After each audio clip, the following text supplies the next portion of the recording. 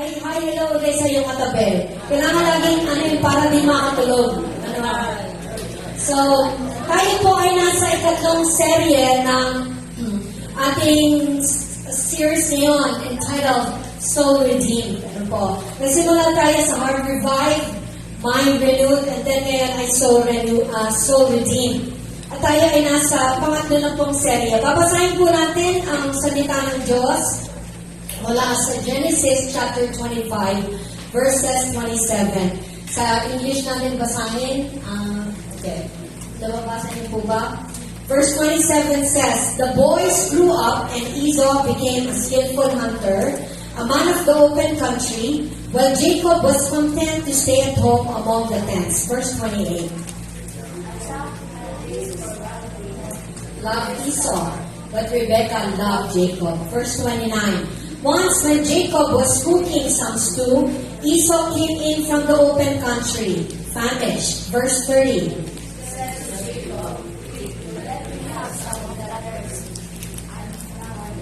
That is why he was also called Edom. Verse 31. Jacob replied, "First, sell me your birthright." Verse 32. Look. Verse 33, but Jacob said, "Swear to me first." So he swore an oath to him, selling his birthright to Jacob. Sabay-sabay po tayo.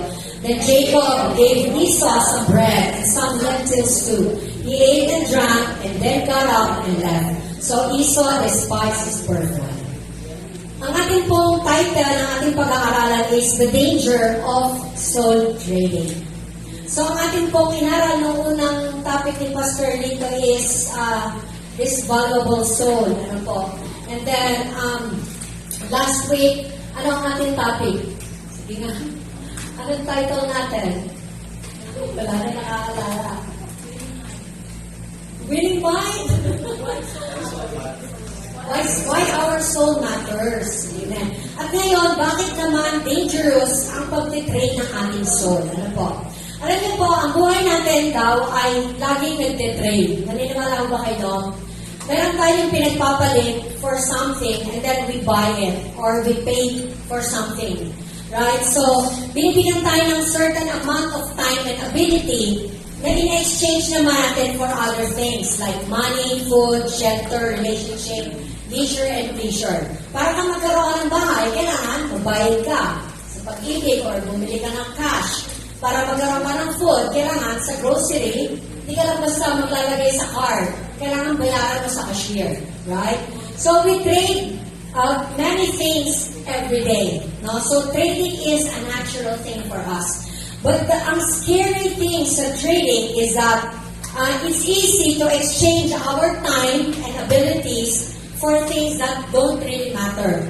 And even worse, yung mga bagay na maaaring makakos sa atin ng malaking sakit or dusa or problema. Ang tawag doon is bad bargain. Sabi mo sa katabi mo, bad bargain. Okay. So, for example, maraming tao, ang tinitrade nila ang kanilang family time for their business time. Right? So, what is the effect? So, they don't have good relationship with their children or their family. And also, maraming tinitrade for sexual pleasure kanilang buhay. And then at the end of it, they reap consequences like early pregnancy or unnecessary relationships. So ito yung mga bagay na bad bargain. It costs far more than it provides. So, at ito ay everyday. Kahit po hindi natin isipin o hindi natin aminin, lagi po tayong nag-soul trading. Amen? Raise your hand if you believe it. Every day we are soul trading. Pinagpapalit natin yung ating soul. Sabi natin, ang soul is really mattering to God because ang soul ay galing kay Lord. Amen? It is the breath of God in us. So ayaw din ni Lord na masayan ito. Sabi ng Mark, what will it profit a man if he gains the whole world but lose his own soul? Amen? So, ang pag-aaralan po natin ay tungkol kay Esau. Amen. So, welcome. So Esau's life is the story of a man who traded his soul for fleeting pleasure. Ano po? In short, ipinagpalit niya o pinagbili niya ang kanyang birthright. Ano po? Yung kanyang karapatan bilang anak or na panganay na nag-include not only material benefits and family privileges pero spiritual blessings. Pinagpalit po ito ni Esau sa isang bowl ng sopas. Right? So, sabi nga po, sa buhay natin, kalimitan, sa school, nasa kamay ng mga students. Sa school, binibigyan tayo ng exams ng teacher.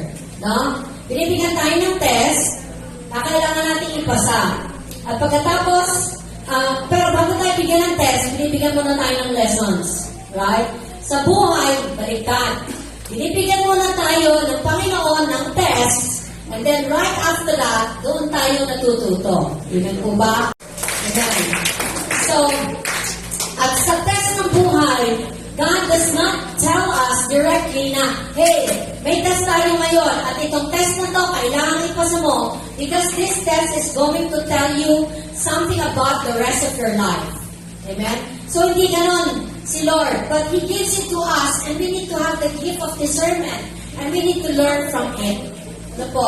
So, ang mabuti po sa test ay i-reveal po ng panahon ang resulta ng bawat test ng ating pagpili. Time reveals the results of our choices. Amen? Naniniwala ko ba kayo doon? Kaya nga, sa pag-asawa, kahit sa pag-asawa, hanggat hindi mo talaga siya nakakasama, ng matagal na panahon, hindi mo pa talaga kilala ang iyong asawa. Right? And nire-reveal nito, uy, tama pala ang napili ko na asawa. Yes! Mali pala talaga. Nadaya ako dun na. Wala dito nun. So, time reveals the truths. Right? Sa work mo, sasabihin mo, tama pala yung pinili kong career. Kaya itong work ko na to, sakto, swak na swak sa akin. Amen? Amen? So, marami tayong choices and time reveals the results. Now, bibigyan ko lang po kayo ng background. How important was it in Esau na pinagbili niya ang kanyang birthright? Ano po ba yung birthright? Ano po? Ang birthright po sa Biblia is the natural privilege to the firstborn. No? Yung mga unang pinanganak, kasama ng mga panganay. Ako yung panganay. Marami dito panganay pala. Okay. So, but this is not just for us. So, ang birthright ay natural privilege. Ano ang kasamaan ng birthright? First, sa Biblia, ang birthright ng panganay, first, he has double portion. Right? Double portion, dobleng mana. Right? O, wag magagalit yung pangalawa, pangatlo. So, Biblia ito. Now, there is double portion of paternal inheritance in the Bible. That's why Esau really traded so much. Because double yung pinagpalit niya. What else? Sa birthright, hindi lang ang material ang nandun. Ano ang nakapalood sa birthright? The priestly role na pagiging pari mo. You are the mediator between your family and God. That is the role of the firstborn. Ano po?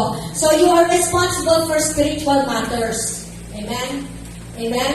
Kaya sa Biblia, sabi nga ng Panginoon, inandog sa Diyos ang mga panganay.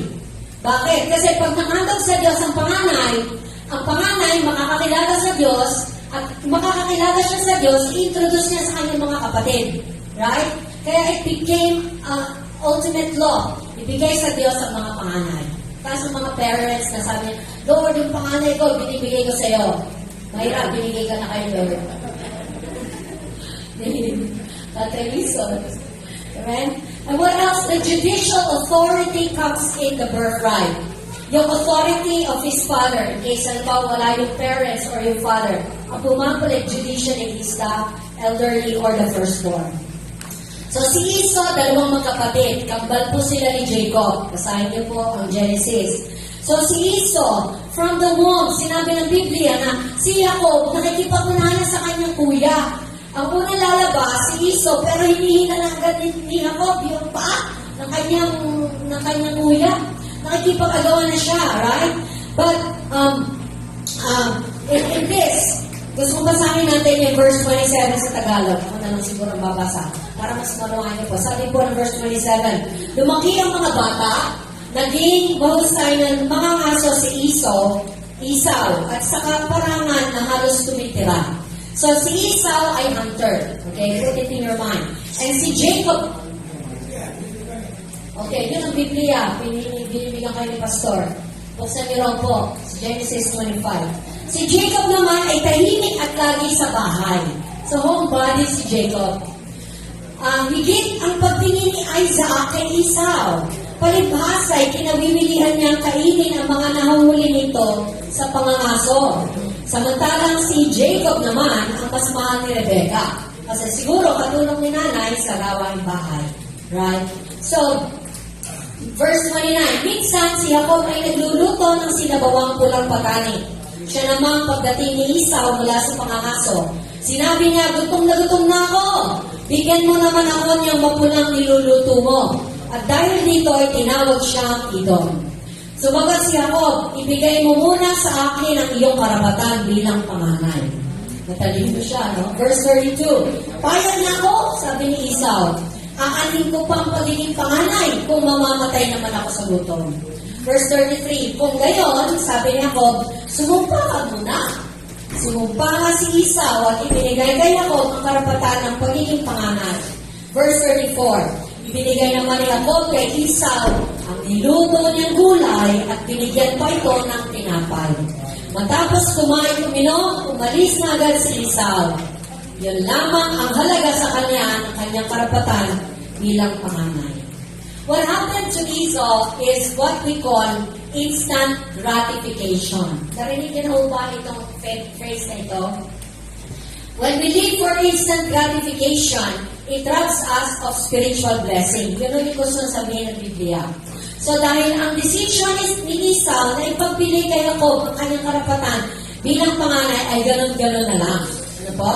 Siguro, binabantayan na ni Jacob kasi mula pa nga sa tiyan, gusto na niya makuha yung karapatan yun. Ano po?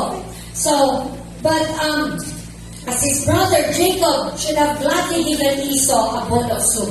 Kung tutusin, pag nakita mo ang kuya mo, ang ate mo, natuto, anong dapat mong gawin bilang bunso? Bigyan ng pagkain. Right? Ganun ang magkakapatid. Amen? Kaya nga, doon natetest kung mahal mo talaga yung iyong asawa rin eh. Halimbawa, lomi, may atay, may itlog ng pugo. Minsan, gusto mong kainin mo yung mga special na things. Pero pag mahal mo, kaya mong ibigay. Right? Amen? Kasi for ang atay, kaya mo rin ibigay ang iyong buhay. Ganun ba yun? Amen? Ibigay ang extra. So, the story shows that if you trade your soul to satisfy your flesh, you will have a bad deal. Amen? Bad bargain. So, meron po tayong 4 na lessons na aralin ngayon. Bibilisan ko na lang. The 4 lessons that we need to think about and apply from this scripture, which was written for our instruction. Number 1, you can lose great blessings if you do not appreciate your blessings. Amen? Maaari mong mapakawalan ang malalaking biyaya kung hindi mo ang mga ito papahalagahan. Nakuha niyo po? Ganito po yun. Si Esau was born into a situation with great blessings. Naniniwala ko ba kayo? Imagine niyo si Esau at si Jacob, apo ni Isaac, ni Abraham. Si Abraham ang kinausap mismo ng kataas-taas ng Diyos ng bayang Israel ay kanyang kukupin para kanyang maging bayan. Ang sabi doon, Abraham will be the father of many nations. Right? Ang anak ni Abraham ay si Isaac, natata ni Esau at ni Jacob. So that you can see with the long life of Abraham and his relationship with God, Esau was able to have a relationship with his grandfather. At kaya nga, kung makikita nyo, maging sa uri ng paghandog ni Esau, kung paano siya maghandog sa altar, ang ginagawa niya ay yung mismong direktiba ng Diyos kay Abraham. Ano yun? Maghandog ng buhay na hangin. Tupa. he became a hunter. So, you can assume that Esau had a great situation of knowing God rightly. Dahil ang kanyang lolo ay si Abraham, father of many nations, at ang kanyang tatay, walang iba kundi ang kamahal-mahalang nag-iisang anak ni Abraham, si Isaac. Right? What do we mean by this? Brothers and sisters, hindi po lahat ng tao isinisilang sa isang ideal o mabuting sitwasyon. Pero kung ikaw ay isinilang sa isang Kristiyanong pamilya, for example, ang iyong magulang nakakakilala sa Diyos, ang iyong ate, ang kuya, dinadala ka sa Panginoon, ang iyong anak, dinala ka sa Panginoon, nasa mabuti kang situation. Now, you should not lose this great blessing of knowing God because this is your privilege to be really blessed by the Lord. Amen? Amen? Hello? Hello? Kaya kung minsan, dito sa church, ano pa bang pribileyo natin? Nasa free country ho tayo. Nagpunta ka dito sa church, nag-jeep ka, wala diyang police, nagsabi, saan ka pupunta? Hindi ka pwedeng mag-church, hindi ka pwedeng sumamba, hindi kayo pwedeng mag-tripod, hindi kayo pwedeng mag-worship sa Panginoon. Wala ho tayong ganon. So we are in a very good situation to choose the spiritual blessings of God. Amen? Amen? Kaya lang kung minsan, na hindi natin yung naiisip. Ang naisip natin, ibang bagay. Ang naisip natin, yung mga bagay na akala natin, mas kailangan natin. At mamaya, ating aralin na. Kaya nga, kung minsan, titignan nyo, si Esau, meron siyang excuse disregarding this privilege. Maaaring sabi ni Esau, ako naman kasi hindi paborito ng nanay ko. Ako naman kasi ang tatay ko lang ang nakakakilala, ang nagmamahal sa akin. So sometimes we have these excuses of our limitations. Ang tatay ko naman hindi masyado nagbabasa ng Bible. Tsaka sisimba lang yun, minsan lang yun. Tapos isang linggo na ulit. Or ang nanay ko naman, ganyan, mas mapanalang yung ako sa aking nanay. So we have some excuses and sometimes we throw these excuses galing sa ibang tao. Amen. Si Esau ay maaaring biniling niya kanyang parents for the errors that they have had. Dahil, kung titingnan niyo po, ang Biblia mismo nagsabi na sa kanilang bahay, mayroong tinatawag na favoritism. Tanong mo katabon, may favoritism ba sa bahay natin? O bahay niyo? Ramdam na ramdam niyang paborito siya ng kanyang ama, ng kanyang ina, ng kanyang ate, kuya. Sila ikaw, taas ang kamay. Siguro sila ikaw, hindi naguhugas ng pinggan.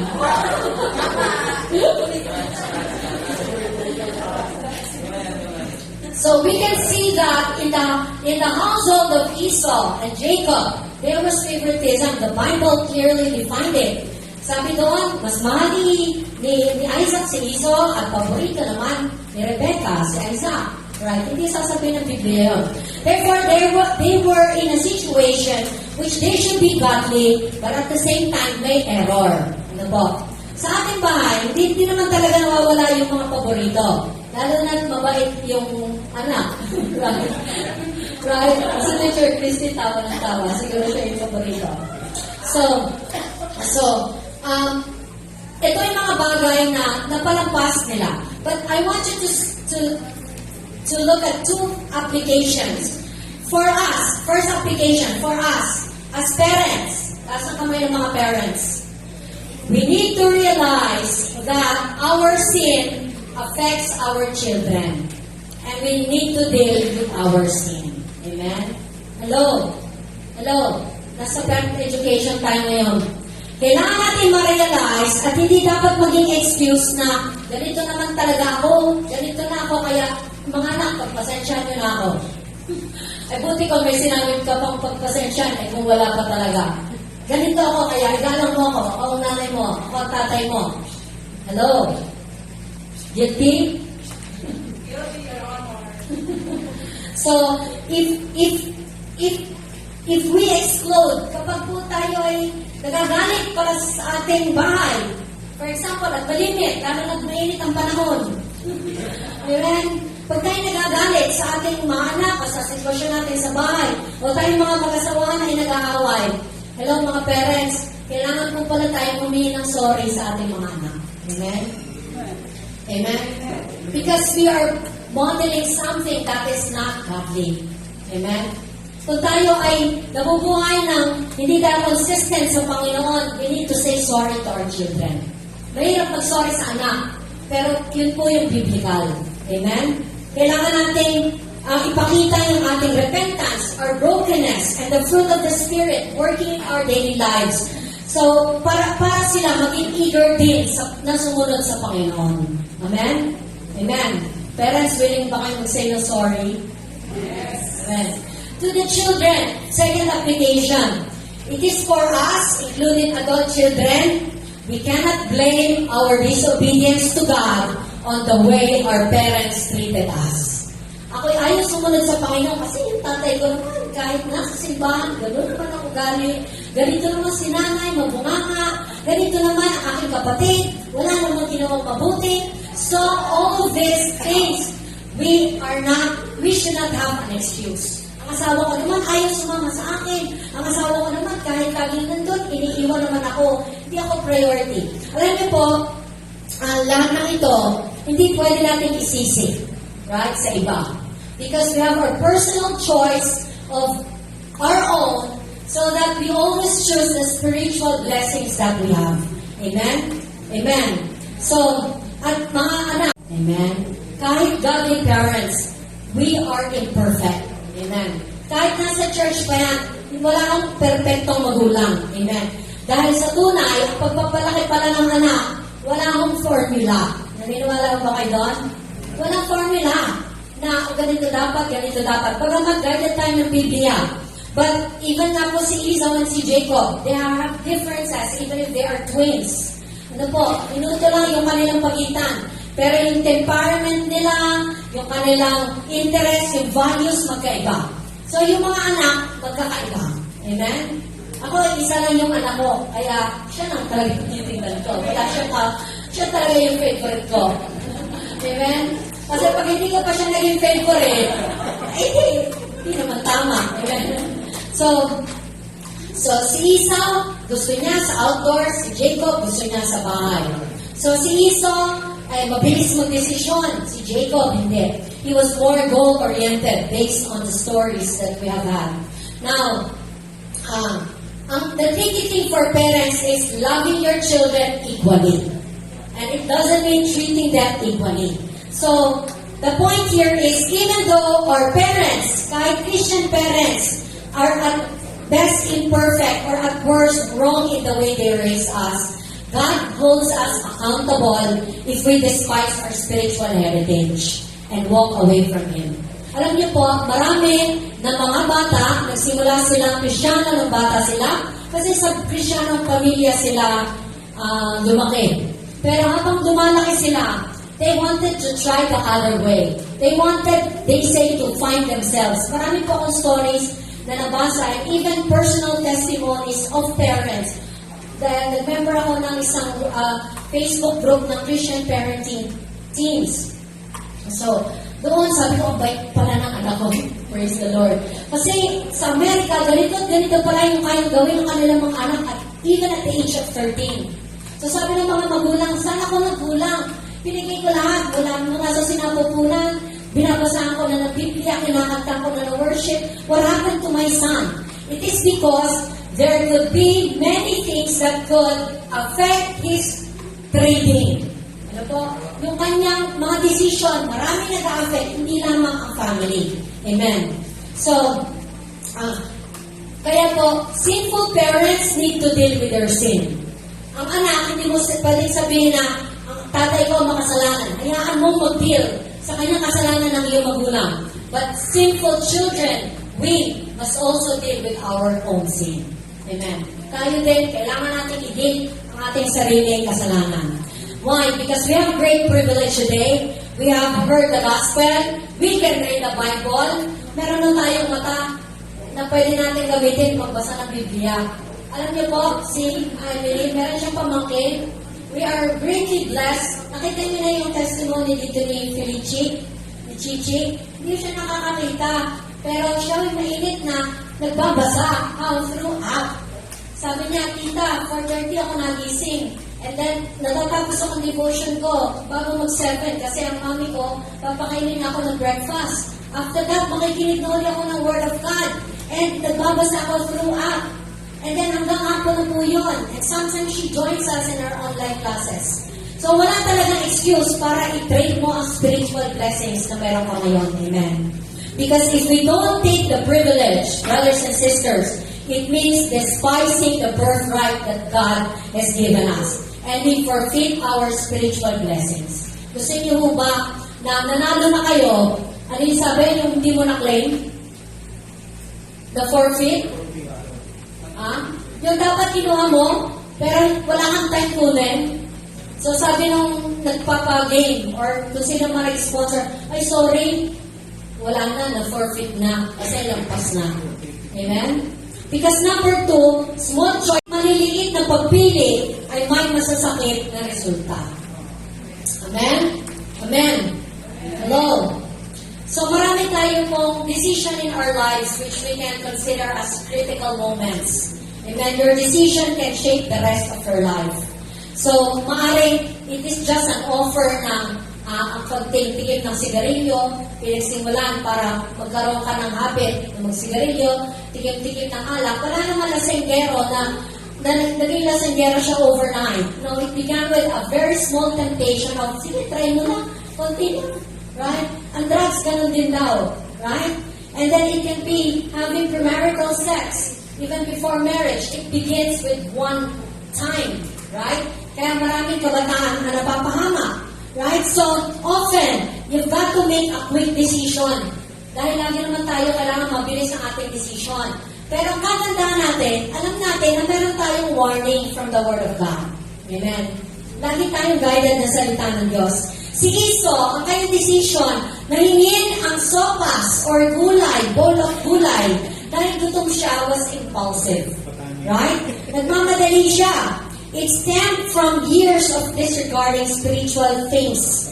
Kaya alam niyo po, sa Hebrews chapter 12 verse 16, ang resulta ng kanyang, yun na isang bowl of soup, he was considered a godless person. He was considered a wicked person. Not where spiritual things don't matter to Esau anymore. So yun ang sabi ng Biblia. So, sabi din ng ating mundo, kailangan mahalin mo muna yung sarili mo para mamahal mo ang iba at saka ang Diyos. Tama po ba yan? Sino naniniwala doon? Na dapat mahalin muna natin ang sarili natin para maging kamahal-mahal, para mahalin natin ang Diyos at mahalin natin ang ibang tao. Raise your hand if you believe in that principle.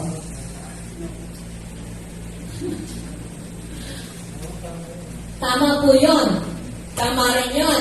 But the Bible, going back to the Bible, ang sabi po ng Biblia, love the Lord your God with all your heart, with all your soul, with all your mind, with all your strength. This is the greatest commandment. There is no commandment greater than this. Dahil sabi din ng Diyos, para mamahal mo ang sarili mo, hanapin mo muna ang Diyos. At ang Diyos ang bahala mag-provide sa'yo. Seek first the kingdom of God and His righteousness, and all these things shall be added unto you. If you love yourself, you say, I need to work hard for myself. I need to earn more money for myself, for my family. Pero pag hindi mo ipinagpalit ang Diyos, inuna mo ang Diyos ang magdadagdag ng pangangailangan mo. Amen. And you can even love yourself more because you are sure that God loves you even more. Amen? Amen? But ang Diyos po, hindi po siya shopping mall. Ano? Sabi natin kanina, para tayong nabili. Pero ang Diyos, hindi mo shopping mall ang Diyos. Ano po yun? Na kapag bumili ka, tapos hindi mo pala gusto yung napili mo, ibabalik mo lang sa Diyos. Hey Lord, muli pala. Pakipalitan nga nito, parang bumili ako ng blouse kina Miss Irene. Sabi, ay, maliit pala, hindi kasya sa braso ko. Pwede pa palit. Ang Diyos hindi ganon. Because when you buy from God, God decides to give you the best. But if you are offered something from God and you choose less of what God wants to give to you, you cannot return it without any drastic consequence. Dahil ang ating Diyos is a just and fair God. Amen. Magpagmahal ng Diyos, pero palaging ginugusto ng Diyos, piliin mo siya. Ibabalik ko kayo sa Genesis. Bakit nilagyan ng Diyos ng puno the tree of the knowledge of good and evil. Ang isang hardin na punong-puno ng maraming puno, ng maraming prutas. At sabi kay Adan at kay Eva, "Latang yan, pwede nyo kainin. Puwera lang dito sa bunga of the tree of the knowledge of good and evil." Why did God put that single tree and commanded them not to eat? Bakit? Bakit? It's because God wants us to build a limitation where we will always choose to obey God. Amen? Amen? Hello? Pero mantakin nyo, isa lang ang pinagbawal ng Diyos. Yun pa yung kanain niya, Eva, at saka nila. Kung minsan, ang dami na po nating privileges, pero ang ginugusto pa rin natin, mga bagay na bawal. Sabi nga ng kanta, masarap kasi kapag bawal. Sabi pa sa katabi mo, hindi totoo yun. Don't appreciate them. Small choices can have drastic consequences. Sabi po ng Biblia in Hebrews 12:17. Afterwards, when he desired to inherit the blessing, he was rejected, for he found no place for repentance, though he sought for it with tears. In Hebrews, Esau was defined as the man who was into repentance, umiiyak, pero sabi dyan, he sought it with tears. Kasi, ulit, ano ba yung nawala kay Esau? Ang nawala kay Esau was he forfeited the double portion of his inheritance. Amen? He lost the priestly role in the family. And his judicial authority was transferred to Jacob. Ang laki nang nawala sa kanya in exchange for a bowl of gulay or of sopas. So, malimit, kahit isang bagay lang yan na maliit, akala lang natin one time, akala lang natin short time, but in the end, it will cost us our whole lifetime. That's why we need God today. Say to your seatmate, we need God today.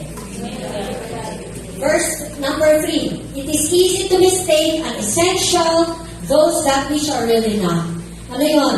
Madaling mapagkamalang mahalaga ang mga bagay na hindi naman talaga kailangan.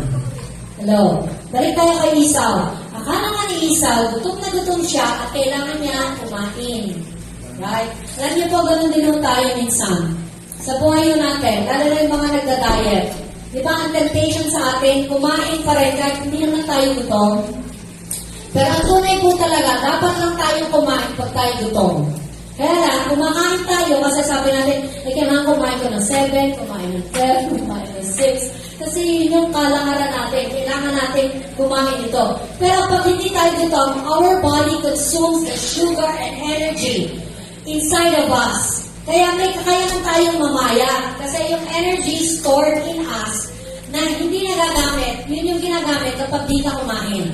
Ngayon, kapag patuloy ka kumakain, kahit di ka naman gutom, inagadagan mo lang ng calories or energy ang body mo that will not be useful enough because overflowing na yung iyong fatty substances sa iyong katawan.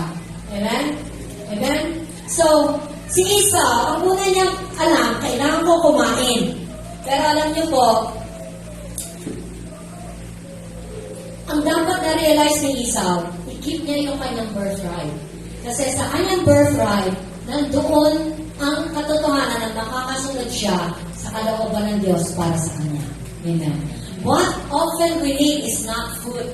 What we need is the realization that we need to obey the Lord. Amen? Amen? Amen? So he traded his soul for a bowl of soup. Amen? Alam niyo po, mga Israelita, balik tayo sa Israelites. Nung sila inilabas ng Diyos sa Egypt, the mind of God is to bring the Israelites to the promised land. Kaya lang, habang sila naglalakbay, nandun na po yung complaints, grumbling, dahil ang kinakain nila, ano lang, mana. Something that they are not used to eat. Dahil sa Egypto, kahit sila ay slaves, kumakain sila ng iba-ibang uri ng pagkain. So, una nila nakita, pagkain namin dito, hindi tama. Kaya Moses, bakit mo pa kami dinala? Sana namatay na lang kami sa Egypt. Imagine, the people of Israel are bound to the promised land of God, a land flowing with milk and honey. Alam nila yon kasi ang nagliligtas sa kanila noon, sabi ni Moses, is the I am. Who is the I am? The God of Abraham, Isaac, and Jacob. Right? So kung Israelita ka nun, alam mo, ang spiritual birthright mo, you are going to reap the blessing of the promised land. So what happened? Sabi nila Moses, sana doon na lang kami namatay sa Egypt. Kulang ba ang mga libingan sa Egypt para dalhin mo kami dito? Sa wilderness, mamamatay kami sa gutom dito. So that I want to tell you today, most people would trade their spiritual blessings in exchange for food. Amen? But the essential thing is to do God's will. Amen. Amen. Kaya po, kung minsan, kung titingnan mo natin, nagtatrabaho tayo in exchange for long hours of work, pero minsan nakapalit nun yung ating kalusugan. Kung minsan nakapalit nun yung ating time para sa family, time for our ministry, time for our fellowship. Sometimes we exchange all these temporal things for the things of God. Amen? Amen? Tapos kamay ng mga nagsasabing, yes, Lord. Yes, Lord. Sometimes we exchange our time for Bible study, for TV time. Ito. Mas marami tayong time sa mga bagay na hindi para sa Panginoon. Right? And we endanger our lives, our spiritual lives po. So kaya kailangan daw, we need to think carefully about what is really essential in light of God's Word. Amen. Amen. So, number 4, it's easy to grab for the right things for the wrong reasons and in the wrong way. Ito na po yung last. Madaling sumunggab sa mga tamang bagay para sa maling dahilan at sa pamamagitan ng maling paraan. Hello. Kanina si Esau yung pinag-uusapan natin. Ngayon naman si Jacob. Ano naman yung kay Jacob? Ang ginawa naman ni Jacob, tinake advantage niya yung kagutuman ni Esau.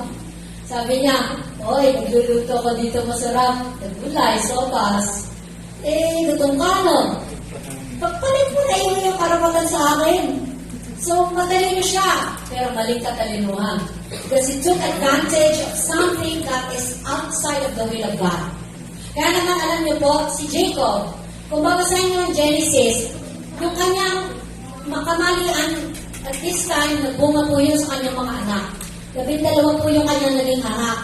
Kay Leah, kay Rachel, sa dalawa pa niyang servant wives. Ano po? Ano nangyari doon? Yung kanyang anak, si Joseph. Alam niyo po. So, dahil nag-play din siya ng favorites. Di ba? Makikita niyo yung favoritism. Nagpunga naman sa kanyang anak. Dahil favorite ni Jacob, si Joseph. Si Joseph ay ipinagbili ng kanyang mga kapatid. You see the story? Naalala niyo po ba yun? So, at yun ay nagkaroon ng generational results sa kanilang family. So, Jacob was right to want the birthright, but he was wrong to want the birthright for the personal advantage it would bring him, and he was wrong to take it in the way he did. So, kung minsan, meron na tayong sabi natin, ano naman itong bagay na to? Pero, tanongin din natin ang sarili natin, bakit natin gusto ang bagay na yun? Sa anong paraan natin kinukuha ang bagay na ito? Right? So, Jacob went after the birthright for the wrong reasons and in the wrong way. Amen. Marami yung tayong ganyan. So, he needed to learn that God could work things out if he would trust Him. Kasi sa tunay, kahit hindi niyo sana kinuha yung birthright ni Esau, sa tingin niyo ba hindi siya pagpapalain ng Panginoon? Pagpapalain siya ng Panginoon. Amen? Kaya na, kinuha niya ito sa paraan hindi tama. Right?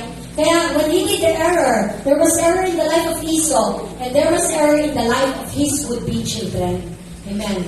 So tayo po, we face the same temptation. Ano po?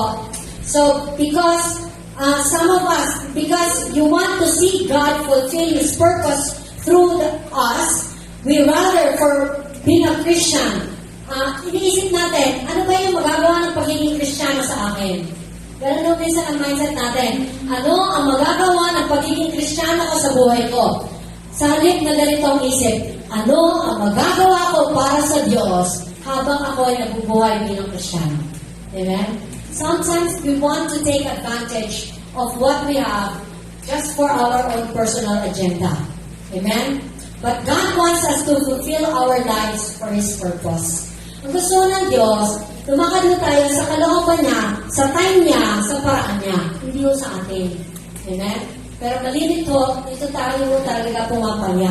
So because God doesn't make us happy and comfortable so that we can live for ourselves. Tayo po ay ginagawang komportable ng Diyos ang ating buhay. Hindi ho para sa sarili nating agenda. But so that we can expand the kingdom of God. Amen? Hello? Sabihin mo sa katabi mo, naging Kristiyano tayo para ipakilala natin ng Diyos sa iba. So that you say, Lord, please bless me so you can use me in your purpose of reaching many people for you. Naalala niyo si Jabez. Sabi ni Jabez sa kanyang prayer sa 1 Chronicles, Lord, that you would bless me indeed and enlarge my territory, that your hand would be with me. Amen? Ang gusto ni Jabez ay enlarge ang kanyang territory para makilala ng marami ang kanyang Diyos. Amen? So, are just as important as our results. Our challenge today, para kanino ba ako bumabangon? Sabihin mo sa iyo katabi, kanina ka ba para bumabangon? What am I living for? Questions. The next one is, am I not selling my spiritual birthright for a bowl of soup? Many times we exchange things. Alam niyo po, meron isang world-class runner. I just read this illustration. May isang world-class runner. Tatakbo siya one day for championship. Kaya lang, nung nag-travel siya from New York City, nag-land siya sa isang airport, akala niya doon na siya bababa. So, kausap naman niya yung kanyang mga organizers. Dito ka pumunta. Nagtanong siya sa isang convenience store. Saan ba yung yung race ngayon? Ganito. May takbuhan ngayon. Doon ako kasali. So, and then, the cashier in the convenience store, doon lang yun sa kabilang kanto. So, what she did, nag-drive siya doon sa kabilang kanto. Nagulat siya, bakit pumunta yung mga tao dito? Nakarating siya, hindi pa nagpapasimula yung race. Nagpalista siya, and all the people in the organizing table say, nagpalista siya, sikat na runner yun So, nagpalista siya. Alam niyo po, nanalo siya, nakuha niya yung award, only to find out that the race was not the one she intended to join. Because it was a lesser kind of race. It was a race na akala niya, bongga, but actually, it was a little race in a small town. So, brothers and sisters, sometimes we say, bonggang-bongga na yung ginagawa natin. But we can also think, is this bongga, kapalit ba ito ng spiritual birthright? My chance of knowing Jesus, pagpapalit ko ba ito sa pagkakilala ko sa Panginoon? Sabi po natin last time, ang soul, napakahalaga sa Diyos. Sabi po na isang kwento, si Lazarus at ang mayaman ay nagkita, ay namatay sabay. Na yung mayaman, na ang dami masasarap ang kinakain, napunta siya sa lugar of torment. While Lazarus was a poor man, na ang kinakain lang niya, mumo, doon sa pagkainan ng mayaman. Pero dinala siya ng Diyos sa bosom of Abraham.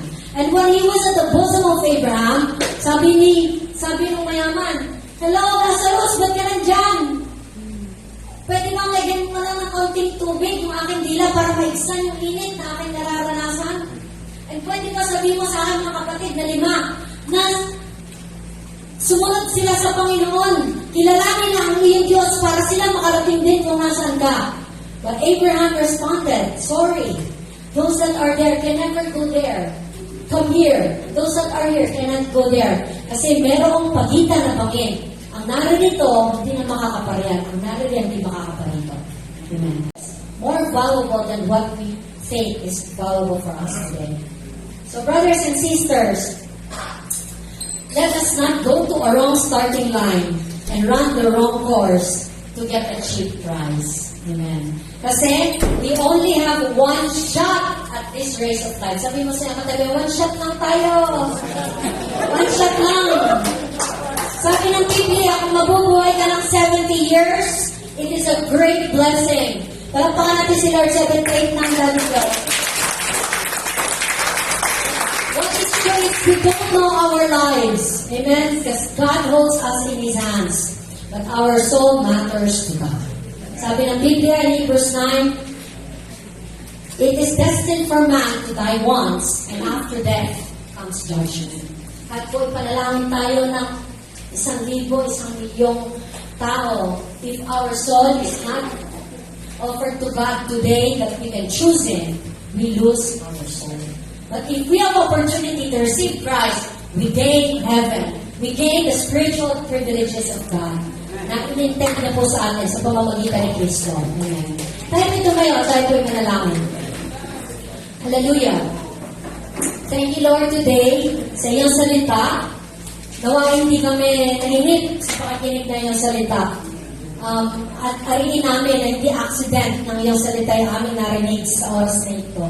Higit sa lahat, ang iyong salita ay maging seed that will stay in our hearts. May be planted deeply. So it will grow, it will bear fruit in season. And we pray, Lord, we can share it to many other people.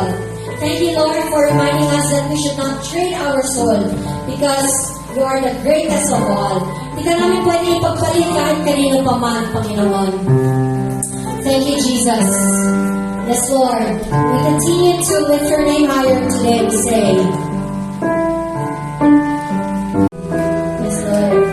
Say to the Lord today, no one else can touch my heart like you do.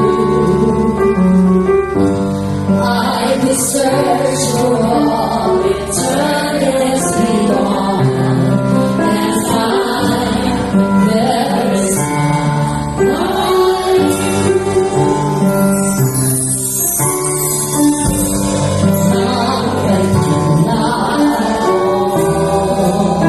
Yes, God, salamat po, Panginoon. Binago mo ang hilig ng puso ko.